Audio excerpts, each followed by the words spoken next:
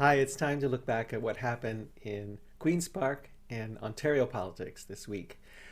First thing, ONCA, the Ontario Not-for-Profit Corporations Act, was proclaimed this week. A timeline was announced to exit pandemic restrictions. There was a debate over mandatory vaccinations for frontline hospital workers in the legislature. Doug Ford's inflammatory remarks on immigrants caused an uproar. The government legislation was introduced on washroom rights for food deliverers and truck drivers.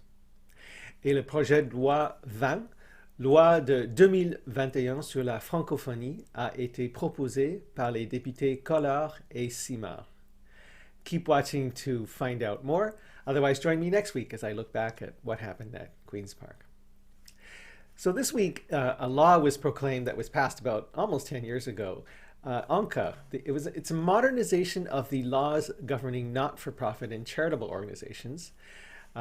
If you are involved in running an organization, especially a smaller one that may not have somebody watching things like legislation, you should have a look at what needs to be done. There are lots of websites that give you step-by-step instructions on what you need to comply with the new laws. A timeline to exit the pandemic restrictions when it was announced by the Premier.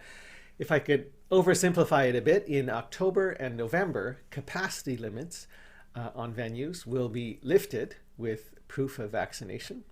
And in January, February, and March, the vaccination certificate requirements will be lifted, starting with the least risky venues first. There was a debate in legislature over mandatory vaccinations for frontline medical workers. There were two opposition bills for mandatory vaccinations of healthcare workers. Premier Ford, whose party opposes this legislation, says that over 1 in 7 healthcare workers are not vaccinated, and because there's so much stress and a lack of staff in the healthcare system, that we can't afford to lose 1 out of 7 healthcare workers. However, it is certainly true that there are many healthcare workers who are stressed. Better working conditions could make workers choose to get vaccinations over losing their jobs.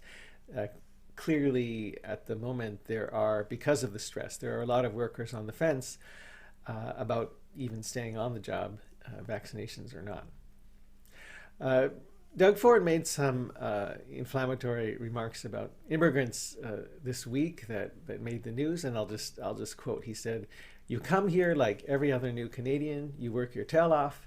If you think you're coming to collect the dole and sit around, not going to happen. Go somewhere else." He was accused of dog whistle politics, meaning that people who have a certain prejudicial view of immigrants will hear what he is saying without him having to say it explicitly.